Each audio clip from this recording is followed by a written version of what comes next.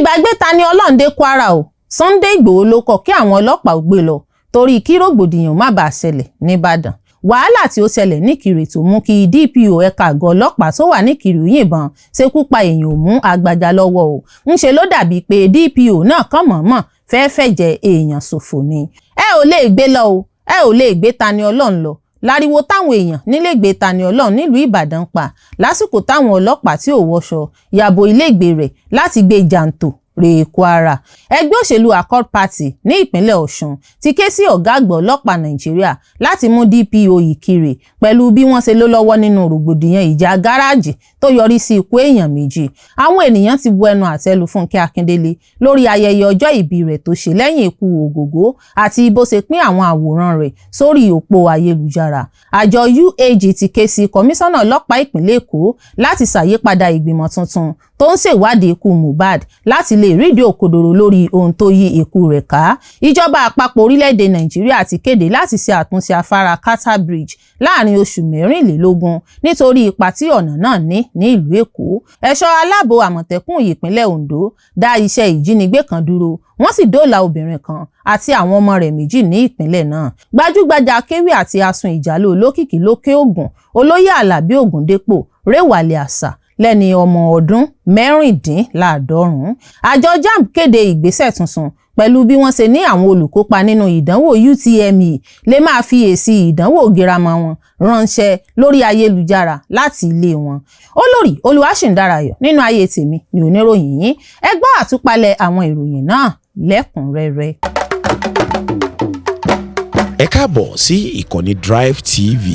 Fún ìgbà àkọ́kọ́ ẹ gbìyànjú láti like, share, subscribe kẹ́ ẹ lè máa gbádùn wa lóòrèkóòrè. Wọ́n ìgbàgbé Tani Olohun dé Kwara o. Sunday Igboho ló kọ̀ kí àwọn ọlọ́pàá ó gbé lọ torí kí rògbòdìyàn má bàa ṣẹlẹ̀ nìbàdàn. Gbajúgbajà ajìjàgbara ilẹ̀ Yorùbá tó jẹ́ olùdásílẹ̀ ikọ̀ ẹ̀ṣọ́ aláàbò ìrù ẹkùn Olóyè Sunday Adéyẹmọ tí ọ̀pọ̀ ènìyàn mọ̀ sí Sunday Igboho ni a gbọ́ pé ó dá àwọn ọlọ́pàá dúró láti gbé Abdulazeez Adégbọlá tí ọ̀pọ̀ èèyàn mọ̀ ní Tani Olohun, ẹni tó jẹ́ oníṣẹ̀ṣe fún ìṣẹ̀ṣe ní Ìbàdàn ìpínlẹ̀ Ọ̀yọ́ lówùúrọ̀ ọjọ́ Ìṣẹ́gun Tuesday.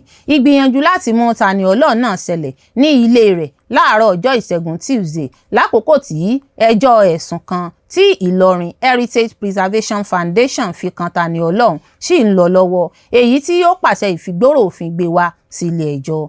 Àjọ náà ló fẹ̀sùn kan Tani Olohun pé ó ṣe fídíò kan lórí àwọn ìkànnì ayélujára tí wọ́n sọ pé ó ń tàbùkù ìjọsìn ẹ̀sìn mùsùlùmí pẹ̀lú fífi àdúrà mímọ́ àwọn mùsùlùmí sí ẹlẹ́yà, èyí tí wọ́n sọ pé ó lè fa ìjà ẹ̀sìn.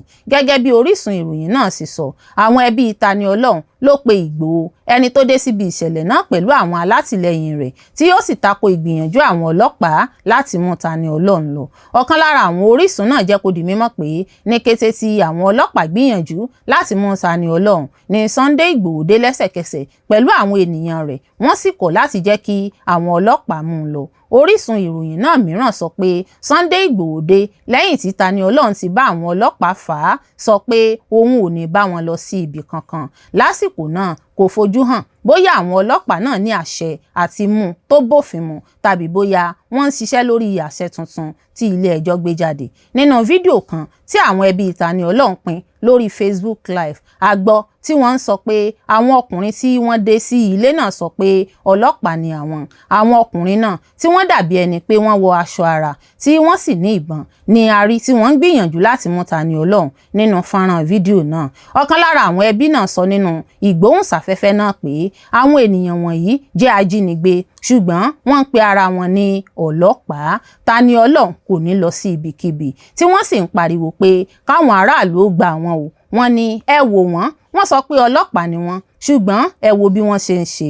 Ńṣe làwọn èèyàn náà ń pariwo pé ẹ jọ̀ọ́ ẹ ràn wá lọ́wọ́, wọ́n fẹ́ mú Tani Olohun lọ, wọ́n fẹ́ mú wọ́n sì fẹ́ pa á. Fídíò náà tí a rí fi Tani Olohun hàn ní ìhà ẹ̀gbẹ́ agbada omi kan níbi tí ọlọ́pàá méjì dúró sí ẹ̀gbẹ́ rẹ̀. Fídíò náà dàbí ẹni pé ó ṣàfihàn ìforígbárí tó le láàrin Tani Olohun àti àwọn ọlọ́pàá tí ìgbìyànjú àtimú náà sì yọrí sí ìjà díẹ̀. Ọkùnrin kan tó ya fídíò náà la tún gbọ́ tí ó ń fi ẹ̀sùn kan àwọn ọlọ́pàá pé wọ́n ń hu ìwà bí àwọn ajínigbé. Ó ní wọ́n jọ báńdíìtì, wọn ò fìbì kankan jọ ọlọ́pàá. Gẹ́gẹ́ bí ọkùnrin náà sì sọ, àwọn ọlọ́pàá náà wá láti Ìlọrin ìpínlẹ̀ Kwara sí Ìbàdàn láti mú Tani Olohun. Ó tún béèrè nípa ìdánimọ̀ wọn àti bí àṣẹ àtimú náà ṣe jẹ́. Ó sì sọ pé ọkọ̀ tí wọ́n lò kò ní nọ́mbà ìforúkọsílẹ̀ tí àwọn ò tọpa. Ìgbìyànjú àtimú náà wáyé lákòókò tí ẹjọ́ kan tí Ìlọrin Heritage Preservation Foundation gbé kalẹ̀ pé Tani Olohun wá jẹjọ́ lé lórí. Àjọ náà fẹ̀sùn kàn pé ó gbé fídíò kan lórí Facebook, YouTube àti TikTok tí wọ́n sọ pé ó ń ṣe ẹlẹ́yà sí àdúrà mímọ́ àwọn mùsùlùmí tí ó sì ní àwọn ohun tó lè fa ìjà àti ìdàrúdàpọ̀ ẹ̀sìn ní nǹkan náà tí ó ṣe.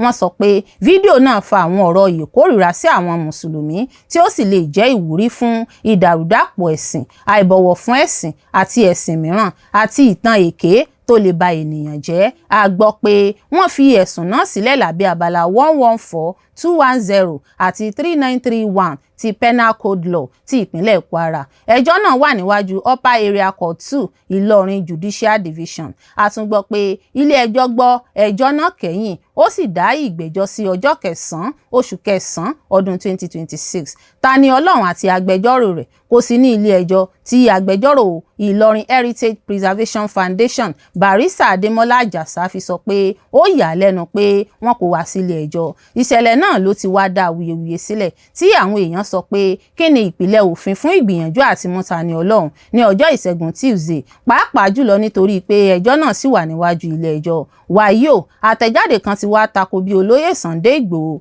ṣe dá sí ọ̀rọ̀ náà. Ọ̀kan lára àwọn orísun ìròyìn náà sọ pé Sunday Igboho lè dojúkọ òfin nítorí pé ó dá iṣẹ́ àwọn ọlọ́pàá dúró. Orísun náà sọ pé ilé-ẹjọ́ lè bá Sunday Igboho fúnra rẹ̀ sí ẹjọ́ nítorí dídènà àwọn ọlọ́pàá láti mú Tani Olohun. Àmọ́ a kò tí ì lè fi èyí múlẹ̀ nítorí ilé-ẹjọ́ tó ní kí wọ́n ó gbé Tani Olohun wá ò tí ì sọ̀rọ̀. Bẹ́ẹ̀ ni àwọn tí ó pe ẹjọ́ náà ò tí ì sọ nǹkan kan. Tani Olohun ló jẹ́ ọ̀kan lára àwọn agbẹnusọ fún àwọn ẹlẹ́sìn ìṣẹ̀ṣe tó sì ti ń kópa nínú ọ̀pọ̀ àríyànjiyàn tó kan ẹ̀sìn ìbílẹ̀, òmìnira ẹ̀sìn àti ìpamọ́ àṣà àti ìṣe Yorùbá. Àwọn ẹ̀sùn tí wọ́n fi kàn nínú ẹjọ́ náà sì jẹ́ ẹ̀sùn nìkan títí di ìgbà tí ilé-ẹjọ́ bá ṣe ìpinnu lórí ẹjọ́ náà pé bóyá ó jẹ̀bi àwọn ẹ̀sùn náà.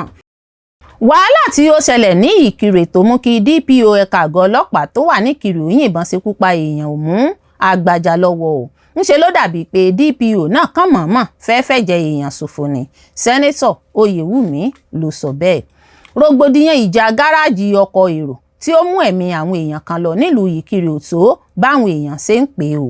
Ọjọ́ Ajé Monday ọjọ́ 24 oṣù kẹjọ ọdún yìí ní ìròyìn ọ̀hún déédéé gbàgbóró ìlú Ìkirè nípínlẹ̀ Ọ̀ṣun nípa bí wọ́n ṣe ní ọ̀gá lẹ́ka àgọ́ ọlọ́pàá ìlú Ìkirè Ìrèwọlé Division Ọ̀gbẹ́ni Bámidélé Ọlátọ́nà yìnbọn ṣekú pa àwọn èèyàn. Agbègbè ibùdókọ̀ Naira and Kobo Garage nílùú Ìkirè ní wàhálà ọ̀hún ti bẹ̀rẹ̀ tó fi di ti DPO Bámidélé Ọlátọ́nà fífa ìbọn yọ. Gẹ́gẹ́ bí àwọn tí ó wà ní ibùdó náà ti sọ, wọ́n ní àwọn ò rí nǹkan kan tí ó jọmọ́ dúkùú ìjà láàrin ẹnikẹ́ni níbùdó náà ju pé àwọn déédéé ń gbọ́ ìró ìbọn. Sẹ́nẹ́tọ̀ Lérè Kamorudeen Oyèwùmí, ẹni tí í ṣe igbákejì ọmọ ilé tí ó kéré jùlọ nílé aṣòfin àgbà l'Àbújá, lásìkò tí ó ń bá àwọn oníròyìn sọ̀rọ̀ lórí ìṣẹ̀lẹ̀ náà tí ó mú ẹ̀mí àwọn èèyàn lọ, ó ní ó jẹ́ ohun tí ó bani lọ́kàn jẹ́ bí òun ṣe débi ìṣẹ̀lẹ̀ náà tí òun rí àwọn òkú èèyàn nílẹ̀ tí òun sì tún rí òkú ẹnìkan nínú ọkọ̀ tí ọta ìbọn fọ́ lórí tí wọ́n sì sọ fún òun pé DPO ọlọ́pàá ló yìnbọn ṣekú pa wọn. Ó ní ìbéèrè tí òun béèrè ni pé fún ìdí wo ṣé wọ́n ń jà ní gáréèjì tàbí àwọn awakọ̀ ń fa wàhálà tí ó fi di ológun ìbọn yíyìn tí àwọn èèyàn sì dá òun lóhùn pé kò sí ohun tí ó jọ ìjà.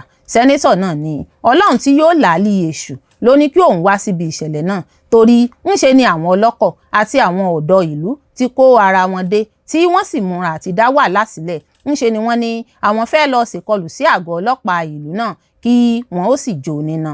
Sẹ́nẹ́tọ̀ Oyèwùmí lòun pẹ̀tù sáwọ̀ láti bá àwọn èèyàn náà sọ̀rọ̀ pé òkú àwọn èèyàn ti wà nílẹ̀ tẹ́lẹ̀, lílọ tún ṣe ìkọlù sí àgọ́ ọlọ́pàá lè tún mú ẹ̀mí àwọn èèyàn mìíràn lọ, nítorí náà kí kí àwọn èèyàn òun ó ṣe sùúrù. Ó ní lẹ́nu rẹ̀ náà ni kọmíṣánná ọlọ́pàá pé òun pé wọ́n ní àwọn kan nílùú gba ìbọn lọ́wọ́ ọlọ́pàá pé kí àwọn bá àwọn èèyàn àwọn sọ̀rọ̀ tí wọn ò bá yọ̀ǹda ìbọn náà àwọn ń bọ̀ láti wá gbé gbóná fún wọn. Ó ní òun lòun jẹ́ kí ó di mímọ̀ fún kọmíṣánná ọlọ́pàá náà ìṣẹ̀lẹ̀ tí ó ṣẹlẹ̀ ti mú ẹ̀mí èèyàn méjì lọ pé DPO ẹ̀ka àgọ́ ọlọ́pàá ìlú náà ti pààyàn méjì ó sì ti sá lọ. Ó ní báyìí ni ọ̀gá ọlọ́pàá náà rọ òun láti dúró pé òun á rán àwọn ikọ̀ wá láti wá fojú gan ní ìṣẹ̀lẹ̀ náà. Ó ní ìgbà tí àwọn èèyàn náà àwọn aṣojú tí ọ̀gá ọlọ́pàá náà rán wá dé ibi ìṣẹ̀lẹ̀ náà ohun tí wọ́n bá ya àwọn pẹ̀lú ní ẹnu. Wọ́n sì ti rọ àwọn èèyàn àwọn ará ìlú Ìkirè láti dákun dábọ̀ fìyèdénú ṣe sùúrù pé ìwádìí tí ó gbópọn yóò bẹ̀rẹ̀ lórí ìṣẹ̀lẹ̀ náà. Ẹ̀wẹ̀ àwọn ọ̀dọ́ ìlú Ìkirè nípínlẹ̀ Ọ̀ṣun náà ti fi ẹ̀sùn kan DPO ẹ̀ka àgọ́ ọlọ́pàá ìlú náà pé oníwàhálà ni láti àtẹ̀yìnwá kò ṣẹ̀ṣẹ̀ máa dá wàhálà sílẹ̀ láàrin ìlú pàápàá lásìkò tí ọ̀rọ̀ òṣèlú ń lọ lọ́wọ́ nípínlẹ̀ Ọ̀ṣun. Wọ́n wá ké sí ìjọba láti gbé DPO ọlọ́pàá náà kúrò lágbègbè ọ̀hún kí wọ́n ó sì jẹ́ kí ìdájọ́ òdodo kó farahàn lórí ìwà tí ó hù. Ẹ ò lè gbé lọ o, ẹ ò lè gbé Tani Olohun lọ láriwo táwọn èèyàn nílégbèé Tani Olohun nílùú Ìbàdàn pa lásìkò táwọn ọlọ́pàá tí ò wọṣọ yàbò ilégbèé rẹ̀ láti gbé jàǹtò re Kwara. Ńṣe lọ̀rọ̀ di fàmíǹfà láàrin Tani Olohun àwọn èèyàn rẹ̀ àti àwọn ikọ̀ agbófinró ọlọ́pàá kan tí wọ́n ní wọ́n wá gbé láti ìlú Ìlọrin. Nínú fọ́nrán fídíò tí akọ̀ròyìn wa níkànnì Drive TV rí tí yóò ṣàfihàn bí nǹkan ṣe lọ nílégbèé Tani Olohun tí ó wà nílùú Ìbàdàn ìpínlẹ̀ Ọ̀yọ́ láàárọ̀ kùtù ọjọ́ Ìṣẹ́gun ní àwọn ọlọ́pàá ọ̀hún yàbò ilé gbajúmọ̀ orí ẹ̀rọ ayélujára tó máa ń sọ̀rọ̀ tako ẹ̀sìn mùsùlùmí Abdulazeez Adégbọlá Ìfátìmílẹ́yìn ẹni tí ọ̀pọ̀ èèyàn súnmọ́ sí Tani Olohun. Nínú fọ́nrán fídíò náà ló ṣàfihàn bí Tani Olohun ṣe ń du ara rẹ̀ mọ́ àwọn èèyàn náà lọ́wọ́. Ìyàwó àti ọkùnrin kan ni ó ń dù mọ́ wọn lọ́wọ́ tí ò fún àwọn ikọ̀ agbófinró ọlọ́pàá náà láàyè láti gbé e lọ. Ariwo ẹ gbà wá o gbogbo ará àdúgbò àwọn ajínigbé agbébọn ni o wọ́n fẹ́ jí Tani Olohun gbé ni o. Fún ọ̀pọ̀ àkókò ni wọ́n fi wà lórí fàmíǹfà náà tí àwọn èèyàn fi ń pé lé wọn lórí. Gbogbo ìgbìyànjú àwọn ikọ̀ agbófinró ọlọ́pàá náà ló padà já sí pàbó fún bí àwọn èèyàn àdúgbò Tani Olohun ṣe kọ̀ jálẹ̀ láti jẹ́ kí wọ́n ó rí gbé lọ. Ariwo àwọn èèyàn náà ló sì dàbí pé ń ló dé tí gbọ́ gbajúgbajà ajìjàgbara ilẹ̀ Yorùbá tó tún jẹ́ olùdásílẹ̀ ikọ̀ ẹ̀ṣọ́ aláàbò ajìjàgbara Ìró Ẹkùn Security Network Olóyè Sunday Adéyẹmọ tí ọ̀pọ̀ èèyàn mọ̀ sí Sunday Ìgbòho fún bí ó ṣe dé bá wọn lẹ́nu wàhálà náà. Gẹ́gẹ́ bí fọ́nrán fídíò ọ̀hún ṣe ṣàfihàn rẹ̀ Olóyè Sunday Ìgbòho ló pe kọmíṣánná ọlọ́pàá ìpínlẹ̀ Ọ̀yọ́ bá kọmíṣánná ọlọ́pàá ìpínlẹ̀ Kwara sọ̀rọ̀ láti pẹ̀tù ṣaáwọ̀ náà pé kí wọ́n ó fi ẹ̀sọ̀ ṣe torí ọ̀rọ̀ ẹ̀sìn ni kí ọ̀rọ̀ náà ó tàbùkù bá orúkọ ọlọ́pàá. Ó ní wàhálà ìkọlù ìjínigbé ìṣekúpani àwọn ajínigbé agbébọn ṣẹlẹ̀ nílùú Ìlọrin nípínlẹ̀ Kwara wọn ò rí nǹkan ṣe sí i ọ̀rọ̀ ẹ̀sìn ni wọ́n ń dá sí i. Gẹ́gẹ́ bí ó ṣe hàn nínú fọ́nrán fídíò náà lásìkò tí Tani Olohun sọ̀rọ̀ ó ní òun dúpẹ́ lọ́wọ́ gómìnà ìpínlẹ̀ Ọ̀yọ́ kọmíṣánná ọlọ́pàá ìpínlẹ̀ Ọ̀yọ́ àti tìpínlẹ̀ Kwara paríparí gbogbo ẹ̀ Olóyè Sunday Ìgbòho ṣà fún bí wọ́n ṣe dìde sí ọ̀rọ̀ òun tí wọ́n sì gba òun sílẹ̀. Gẹ́gẹ́ bí ó ti wí ó ní wọ́n tún wáá fẹ́ gbé òun bí wọ́n ti ṣe wáá gbé òun níjọ́ kìíní àná ni àmọ́ Olóyè Sunday Ìgbòho ṣà ṣe bí ìṣe rẹ̀ tí kì í fẹ́ kí wọ́n ó fìyà jẹ ọmọ Yorùbá. Tá ò bá gbàgbé oṣù kejì ọdún 2023 ní Tani Olohun di ìlú mọ̀ọ́ká látàrí fọ́nrán fídíò rẹ̀ kan tí ó ṣe tí ó fi tàbùkù àwọn àlùfáà ìlú Ìlọrin pé àwọn ni wọ́n pọ̀ jù nínú oníbàárà wọn lẹ́kùlẹ́jà. Bákan náà sọ̀rọ̀sọ̀rọ̀ àlùfàǹsá náà ló sọ̀rọ̀ ẹ̀sìn mùsùlùmí. Oṣù kejì ọdún náà ní àwọn ẹgbẹ́ Ògo Ìlọrin Heritage gbé lọ sílé ẹjọ́ fún ọ̀kan òjọ̀kan àwọn ẹ̀sùn tí ó dá lórí títàbùkù ẹ̀sìn mùsùlùmí tàbùkù àwọn àfáà ìpínlẹ̀ Kwara. Ọjọ́ 16 oṣù kẹjọ ọdún 2023 ọ̀hún kan náà ni wọ́n wá fi gbòòrò òfin gbé lẹ́yìn tí ilé ẹjọ́ ní kí wọ́n ó lọ gbé wá. Lẹ́yìn tí wọ́n sì gbé e délé ẹjọ́ nígbà náà ni wọ́n gbé e lọ tìmọ́lé lọ́gbà ẹ̀wọ̀n Òkè-Kúra ṣáájú kí wọ́n ó tó gba béèlì rẹ̀ nígbà náà. Gẹ́gẹ́ bí a ti gbọ́ ohun tí ó tún ṣokùnfà ohun tí wọ́n tún fi wá gbìyànjú àti gbé báyìí ni pé wọ́n ló tún sọ̀rọ̀ àlùfàǹsá sí ẹ̀sìn mùsùlùmí fi àbùkù kan àwọn àáfàá pàápàá bà ìlànà ìjọsìn ẹ̀sìn mùsùlùmí náà jẹ́. ẹgbẹ́ òṣèlú Accord Party ní ìpínlẹ̀ Ọ̀ṣun ti ké sí ọ̀gá àgbà ọlọ́pàá Nàìjíríà láti mú DPO Ìkirè pẹ̀lú bí wọ́n ṣe ló lọ́wọ́ nínú rògbòdìyàn ìjà gáràjì tó yọrí sí ikú èèyàn méjì. ẹgbẹ́ òṣèlú Accord Party ní ìpínlẹ̀ Ọ̀ṣun ti béèrè pé kí wọ́n mú DPO ẹ̀ka ọlọ́pàá Ìrèwọlé ọ̀gbẹ́ni Bámidélé Ọlásọ̀nà lẹ́sẹ̀kẹsẹ̀ kí wọ́n sì fi ẹ̀sùn ọ̀daràn kàn lórí ìṣẹ̀lẹ̀ ìbọn tó wáyé ní gáràjì Náírà ń Kọ́bọ̀ ní Ìkirè tí wọ́n sọ pé ó yọrí sí ikú awakọ̀ akérò àti arìnrìn-àjò kan. ẹgbẹ́ náà sọ èyí nínú àtẹ̀jáde kan tí alága rẹ̀ ní ìpínlẹ̀ Ọ̀ṣun pásítọ̀ Victor Akande fọwọ́ sí ní ọjọ́ Ajé. wọ́n kọ̀rọ̀jú sí ìṣẹ̀lẹ̀ ìbọn tó burú jáì tí kò tẹ̀lé ìlànà iṣẹ́ ọlọ́pàá tí kò sì ní ìdí tó yẹ. gẹ́gẹ́ bí ẹgbẹ́ náà sì sọ, ìṣẹ̀lẹ̀ náà fa ikú Saheed Akínrólé tó jẹ́ awakọ̀ akérò àti arìnrìn-àjò aláìṣẹ̀ kan. Accord Party fẹ̀sùn kan Ọlásọ̀nà pé òun fúnra rẹ̀ ló wá sí gáréèjì náà tó sì bẹ̀rẹ̀ sí í yìnbọn káàkiri sí àwùjọ àwọn aráàlú tí kò ní ohun ìjà. ẹgbẹ́ náà sọ pé àwọn oṣojú mi kòró ti jẹ́rìí pé DPO ẹ̀ka Ìrèwọlé ọ̀gbẹ́ni Bámidélé Ọlásọ̀nà fúnra rẹ̀ ló wá sí gáréèjì gbogbo ènìyàn tó sì bẹ̀rẹ̀ sí í yìnbọn láì dákẹ́ sí àwùjọ àwọn aráàlú tí kò ní ohun ìjà lọ́wọ́.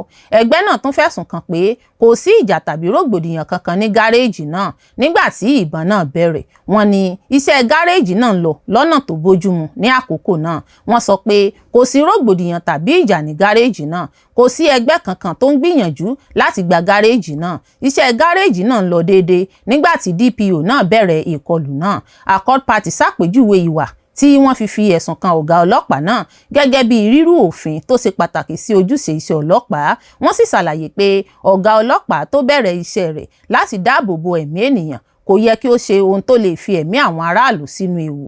ẹgbẹ́ náà sọ pé ìṣẹ̀lẹ̀ náà jẹ́ àpẹẹrẹ tuntun nínú ohun tí wọ́n pè ní ìwà ìkà tó ní í ṣe pẹ̀lú òṣèlú àti àìṣiṣẹ́ dáadáa tí wọ́n ní ó ti ń ṣẹlẹ̀ lákòókò tí Ọlátọ̀nà ti wà ní Ìrèwọlé. wọ́n tún fi ẹ̀sùn kan DPO náà pé ó hu ìwà tó ní ìfarahàn ẹgbẹ́ òṣèlú ní àkókò ṣáájú ìdìbò àti lákòókò ìdìbò ní Ìkirè. wọ́n sọ pé ó ń ṣiṣẹ́ tó kéré gẹ́gẹ́ bí òṣìṣẹ́ ìjọba, ó sì dàbí ọlọ́pàá tó ní ohun ìjà tí ń ṣiṣẹ́ fún àwọn olóṣèlú. ẹgbẹ́ náà sọ pé àwọn ará Ìkirè kò tí ì gbàgbé ohun tí wọ́n pè ní ìwà ìtìjú rẹ̀ ní àkókò tó ṣáájú ìdìbò àti lákòókò ìdìbò. Accord Party tún fẹ̀sùn kàn pé bó tilẹ̀ jẹ́ pé ìwà ipá àti ikú ti wáyé ní Ìkirè ṣáájú ìdìbò, Ọlásọ̀nà kò mú àwọn tí wọ́n mọ̀ pé wọ́n kópa nínú ìwà ipá náà. wọ́n tún fẹ̀sùn kàn ọlọ́pàá náà pé ó ń dáàbò bo àwọn jàgídíjàgàn tó ní ìfarahàn ẹgbẹ́ òṣèlú àti pé ó ń fún wọn ní ààbò ọlọ́pàá nígbà tí wọ́n ń hu ìwà ipá àti ìbẹ̀rù sí àwọn aráàlú. ẹgbẹ́ náà sọ pé àwọn ń ṣàníyàn nípa bí ọ̀gá ọlọ́pàá tó ní ohun ìjà ṣe ń tẹ̀síwájú láti ṣiṣẹ́ ní ìjọba ìbílẹ̀ Ìrèwọlé láìsí ìbéèrè. gẹ́gẹ́ bí Accord Party ṣe sọ, àwọn iṣẹ́ tí wọ́n fi ẹ̀sùn kan Ọlátọ̀nà jẹ́ ewu tààrà sí ààbò gbogbo ènìyàn. wọ́n ní ó ń fa ìbínú tí kò ní ààlà, ojúsàájú tó pọ̀ àti àìbọ̀wọ̀ fún ẹ̀mí ènìyàn. ẹgbẹ́ náà sọ pé ìṣẹ̀lẹ̀ ìbọn náà ti kọjá ààlà tó yẹ fún ìwà ọmọlúàbí àti ìlànà iṣẹ́ ọlọ́pàá. wọ́n tẹnumọ́ pé kò yẹ kí ọ̀gá ọlọ́pàá náà máa tẹ̀síwájú nípò àṣẹ. Accord Party ké sí ọ̀gá àgbà ọlọ́pàá Nàìjíríà, kọmíṣánná ọlọ́pàá ìpínlẹ̀ Ọ̀ṣun àti Police Service Commission láti gbé ìgbésẹ̀ kíákíá lórí ọ̀rọ̀ Ọlásọ̀nà. wọ́n ní kí wọ́n mú DPO Bámidélé Ọlásọ̀nà, kí wọ́n ṣe àyẹ̀wò ọpọlọ rẹ̀, kí wọ́n lé kúrò nínú iṣẹ́, kí wọ́n sì fi ẹ̀sùn ọ̀daràn kàn án. ẹgbẹ́ náà tún béèrè fún ìwádìí tó péye sí ìṣẹ̀lẹ̀ náà. wọ́n ní tí ìwádìí bá fi hàn pé ó jẹ̀bi, kí wọ́n fi ẹ̀sùn ìpànìyàn àti lílo ipò ọ́fíìsì rẹ̀ lọ́nà tí kò bófin mu kàn án. wọ́n sọ pé a gbọ́dọ̀ ṣe ìwádìí rẹ̀ dáadáa kí a sì mú wá síwájú òfin kí ó lè dojúkọ gbogbo agbára òfin lórí ẹ̀sùn ìpànìyàn àti lílo ipò ọ́fíìsì rẹ̀ lọ́nà tí kò tọ́. ẹgbẹ́ náà sọ pé ìgbésẹ̀ tó lágbára jẹ́ dandan láti fi hàn pé ọlọ́pàá tó bá hu ìwà ipá tàbí tó ṣiṣẹ́ fún ẹgbẹ́ òṣèlú ní láti dáhùn fún ohun tó ṣe. ṣáájú, Sahara Reporters sì sọ pé ó kéré tán èèyàn 5 pẹ̀lú awakọ̀ akérò 3 àti àwọn arìnrìn-àjò 2 ni wọ́n ṣàlàyé pé wọ́n ti kú lẹ́yìn ìjà líle tó ṣẹlẹ̀ ní gáréèjì Náírà ń Kọ́bọ̀ ní Ìkirè ní ìjọba ìbílẹ̀ Ìrèwọlé ní ìpínlẹ̀ Ọ̀ṣun. ìṣẹ̀lẹ̀ náà wáyé ní ọjọ́ Ajé láàrin àríyànjiyàn lórí ẹni tó máa ṣàkóso gáréèjì ọkọ̀ náà tí wọ́n sọ pé àwọn jàǹdùkú òṣèlú kópa nínú ìjà náà. ẹnìkan tó rí ìṣẹ̀lẹ̀ náà tí yóò sì sá kúrò níbẹ̀ sọ fún Sahara Reporters pé ìwà ipá náà ní í ṣe pẹ̀lú jíjà fún aláṣẹ lórí àwọn gáréèjì ọkọ̀ lẹ́yìn ìdìbò gómìnà ìpínlẹ̀ Ọ̀ṣun tó ṣẹ̀ṣẹ̀ wáyé. àwọn ìròyìn mìíràn tó ń fẹ̀sùn kan DPO Ìkirè tí wọ́n mọ̀ sí ọ̀gbẹ́ni Ọlátọ̀nà Bámidélé pé ó lọ sí gáréèjì náà lákòókò ìṣẹ̀lẹ̀ náà láti mú kí ọ̀nà ṣí àti láti jẹ́ kí àwọn tí wọ́n fura sí pé wọ́n jẹ́ jàǹdùkú APC tí ọkùnrin kan tí wọ́n mọ̀ sí Ojúyọbọ ń darí lè rí ọ̀nà sá lọ. Gẹ́gẹ́ bí ẹlẹ́rìí náà ṣe sọ, àwọn jàǹdùkú òṣèlú tó ń ṣe àfihàn àwọn ẹgbẹ́ òṣèlú tó yàtọ̀ tí ń bá ara wọn jà fún aláṣẹ lórí àwọn gáréèjì ọkọ̀ pàtàkì káàkiri ìpínlẹ̀ náà. Àwọn ènìyàn ti bu ẹnu àtẹ́ lu Fúnkẹ́ Akíndélé lórí ayẹyẹ ọjọ́ ìbí rẹ̀ tó ṣe lẹ́yìn ikú Ògògó àti bó ṣe pín àwọn àwòrán rẹ̀ sójú òpó ayélujára. Olùdarí fíìmù àti òṣèré Nàìjíríà Fúnkẹ́ Akíndélé ti ń dojúkọ àríwísí láti ọ̀dọ̀ àwọn ọmọ Nàìjíríà kan lẹ́yìn tí ó fi àwọn àwòrán ọjọ́ ìbí rẹ̀ sí orí ayélujára ní wákàtí díẹ̀ lẹ́yìn ikú àti ìsìnkú àgbà òṣèré Taiwo Hassan tí gbogbo ènìyàn mọ̀ sí Ògògó. Gẹ́gẹ́ bí Drive TV News ṣe ròyìn, Ògògó kú ní ọjọ́ Àìkú ọjọ́ 23 oṣù kẹjọ ọdún 2026 lẹ́yìn tí ó ti ń ṣe àìsàn fún ìgbà pípẹ́. Wọ́n sin ní ọjọ́ Ajé ọjọ́ 24 oṣù kẹjọ ní ìbámu pẹ̀lú àwọn ìlànà ìsìnkú ẹ̀sìn Mùsùlùmí. Akíndélé ti kọ́kọ́ fi ọ̀rọ̀ ìbànújẹ́ àti ìtùnú rẹ̀ hàn lórí ikú Ògògó ní ojú òpó Instagram rẹ̀ ní ọjọ́ Àìkú, ṣùgbọ́n ní ọjọ́ Ajé ó tún fi àwọn àwòrán tuntun sí orí ayélujára láti ṣe ayẹyẹ ọjọ́ ìbí rẹ̀ tó di ẹni ọdún 49 49 years. Àwọn ìkànnì rẹ̀ lórí ayélujára fa àríwísí láti ọ̀dọ̀ àwọn kan tí wọ́n sọ pé àkókò tí ó yàn láti ṣe ayẹyẹ náà kò bójúmu. Wọ́n fẹ̀sùn kàn pé kò fi ìbànújẹ́ tó yẹ hàn nítorí ikú Ògògó. Àwọn kan lára àwọn tó sọ̀rọ̀ náà rán Akíndélé létí ipa tí Ògògó kó nínú ilé-iṣẹ́ fíìmù àti àfikún tí ó ṣe sí ìdàgbàsókè iṣẹ́ rẹ̀. Àwọn mìíràn sì sọ pé ó yẹ kí ó sún ayẹyẹ ọjọ́ ìbí rẹ̀ síwájú fún ìgbà díẹ̀ gẹ́gẹ́ bí àmì ọ̀wọ̀ fún àgbà òṣèré náà. Ọ̀kan lára àwọn tó sọ̀rọ̀ náà ní kò yẹ kí Akíndélé máa ṣe ayẹyẹ ọjọ́ ìbí rẹ̀ ní gbangba ní àkókò tí gbogbo ilé-iṣẹ́ eré àti fíìmù ń ṣọ̀fọ̀ ikú Ògògó, pàápàá lẹ́yìn tí ó ti fi ọ̀rọ̀ ìtùnú rẹ̀ hàn ṣáájú.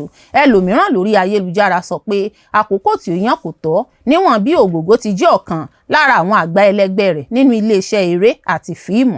Àwọn míì tún rọ̀ pé kó lo àkókò ayẹyẹ ọjọ́ ìbí rẹ̀ láti bọ̀wọ̀ fún olóògbé náà. Wọ́n sì ṣàlàyé pé ikú èèyàn pàtàkì kan nínú iléeṣẹ́ yẹ kí ó jẹ́ àkókò fún àwọn tó wà nínú iléeṣẹ́ eré láti ronú jinlẹ̀ àti láti dárò. Ọ̀kan lára àwọn tó sọ̀rọ̀ náà béèrè pé ṣé Ògògó kò ní ipa kankan nínú ìtàn àṣeyọrí Fúnkẹ́ Akíndélé kí ó tó kí fún ọjọ́ ìbí rẹ̀ kí Ọlọ́run sì fún ní ẹ̀mí gígùn. Ẹlòmíràn tún ṣàríwísí rẹ̀ pé ó ń fi àwọn àwòrán ọjọ́ ìbí sí orí ayélujára lákòókò tí ikú Ògògó sì jẹ́ ọ̀kan lára àwọn ọ̀rọ̀ tó ń gbóná janjan lórí ayélujára. Ó sì rọ̀ pé kó tọrọ àforíjìn kí ó sì yọ àwọn àwòrán náà kúrò. Síbẹ̀ àwọn àríwísí náà wá láti ọ̀dọ̀ àwọn ọmọ Nàìjíríà lójú òpó ayélujára. Àwọn ìdáhùn wọ̀nyí kò túmọ̀ sí pé gbogbo àwọn ọmọ Nàìjíríà tàbí gbogbo àwọn tó wà nínú ilé-iṣẹ́ eré àti fíìmù gba èrò náà bákan náà. Pẹ̀lú èyí, Fúnkẹ́ Akíndélé ti fi ìbànújẹ́ rẹ̀ hàn lórí ikú Ògògó ṣáájú kí ó tó pín àwọn àwòrán ayẹyẹ ọjọ́ ìbí rẹ̀.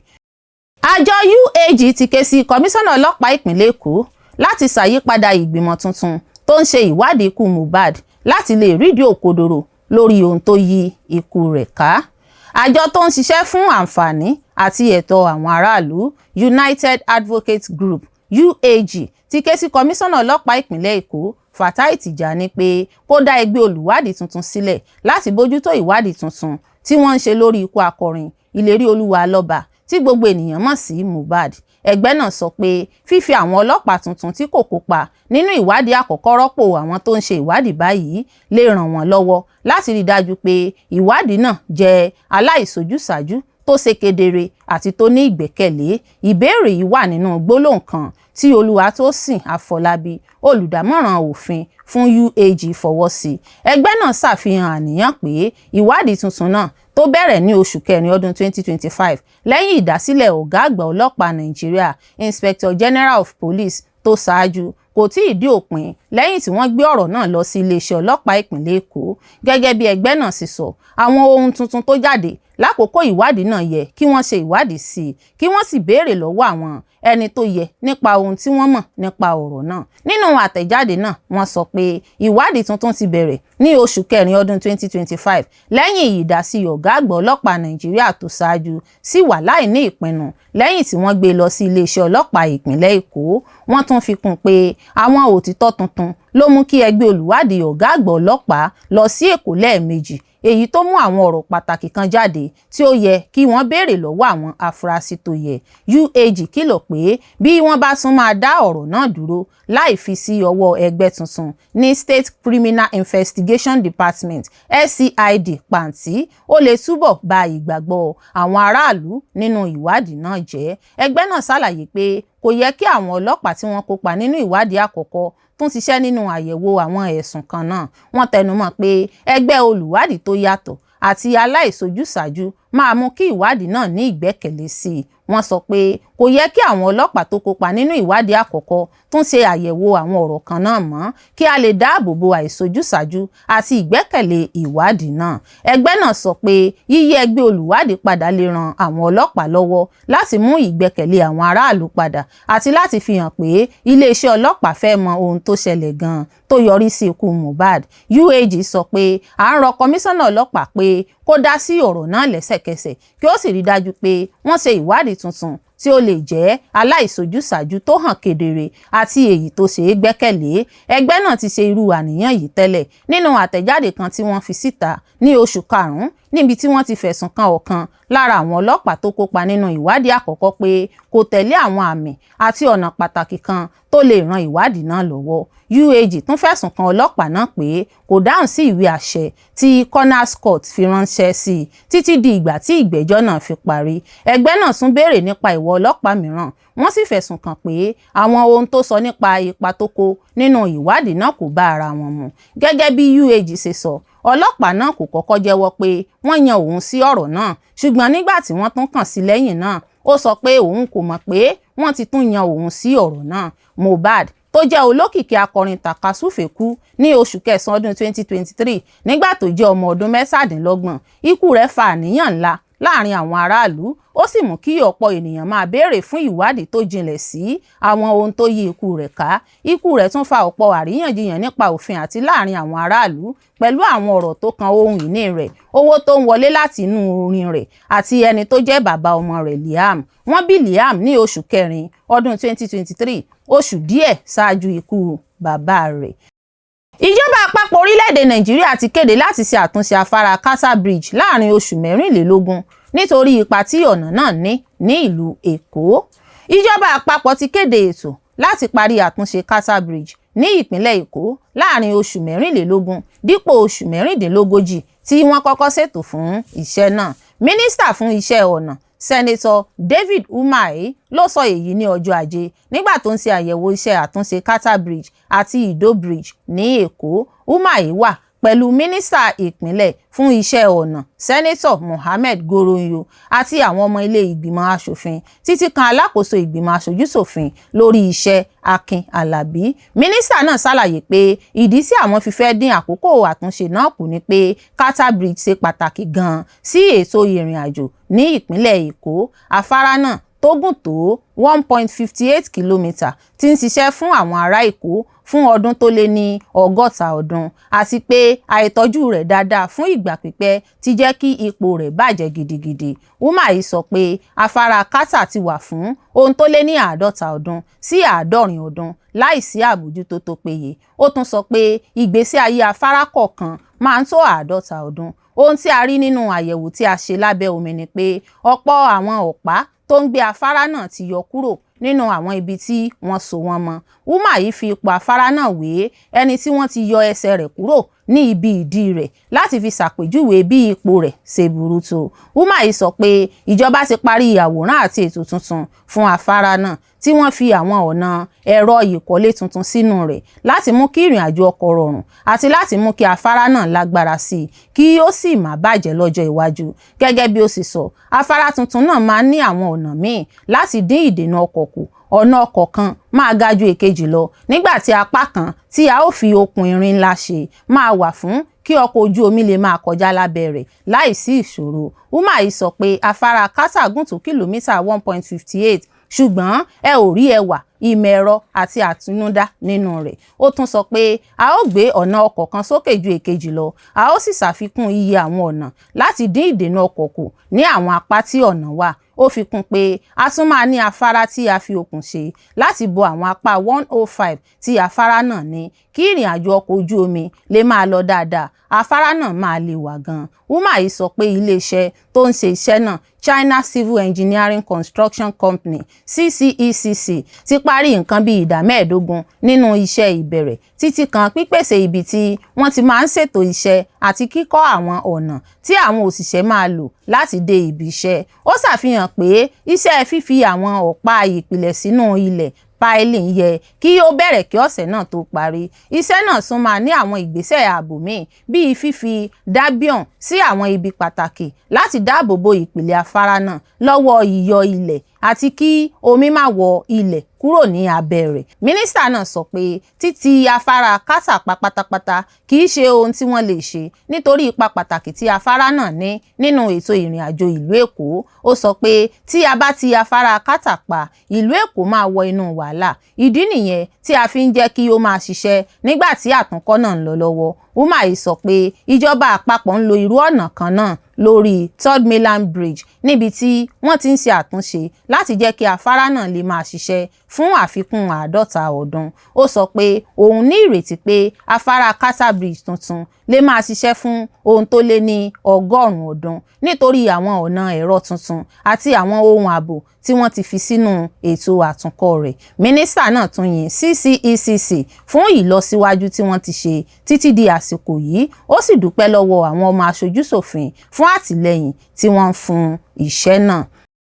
Ẹ̀ṣọ́ aláàbò Àmọ̀tẹ́kùn ìpínlẹ̀ Ondo dá iṣẹ́ ìjínigbé kan dúró, wọ́n sì dóòlà obìnrin kan àti àwọn ọmọ rẹ̀ 2 ní ìpínlẹ̀ náà. Àwọn òṣìṣẹ́ àjọ aláàbò àdúgbò ní ìpínlẹ̀ Ondo, Àmọ̀tẹ́kùn Corps, ti gba obìnrin kan àti ọmọ rẹ̀ 2 sílẹ̀ kúrò lọ́wọ́ àwọn ajínigbé ní agbègbè Ìsìngbòsì tó wà lágbègbè ìjọba ìbílẹ̀ Àkúrẹ́ North ní ìpínlẹ̀ Ondo. Nígbàtí alákòóso Àmọ̀tẹ́kùn ní ìpínlẹ̀ náà, Adétúnjí Adélẹ́yẹ ń ṣàlàyé ohun tó ṣẹlẹ̀. Ó sọ pé ìpè pàjáwìrì tí àwọn ará àdúgbò pè ní kíákíá ló ran àwọn òṣìṣẹ́ Àmọ̀tẹ́kùn lọ́wọ́ láti gba àwọn tí wọ́n jí gbé náà sílẹ̀.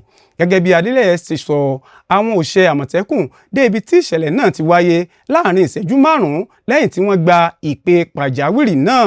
Alákòóso Àmọ̀tẹ́kùn sọ èyí nígbà tí wọ́n fi àwọn afurasí ọ̀daràn 10 tí wọ́n mú fún oríṣiríṣi ìwà ọ̀daràn hàn.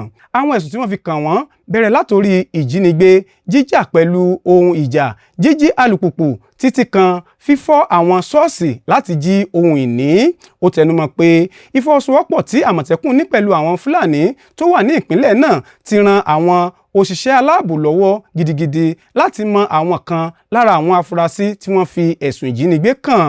Nígbà tí wọ́n fi àwọn afurasí náà hàn, wọ́n fi ẹ̀sùn kan Joseph, ẹni ọdún 25, àti Friday, ẹni 20 ọdún pé wọ́n kópa nínú jíjí àti títa àwọn alùpùpù tí wọ́n jí.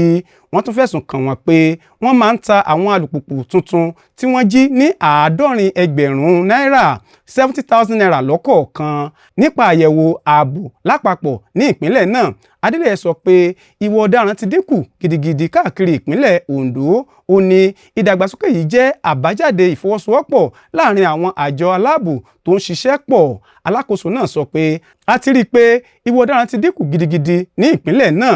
Èyí jẹ́ àṣeyọrí fún gbogbo àwọn àjọ aláàbò tó ń ṣiṣẹ́ takuntakun láti fòpin sí ìwà ọ̀daràn ní ìpínlẹ̀ náà. Gbajúgbajà akéwì àti asun ìjálá olókìkí lókè Ògùn, Olóyè Àlàbí Ògúndépò rèwàlẹ̀ àṣà lẹ́ni ọdún 96.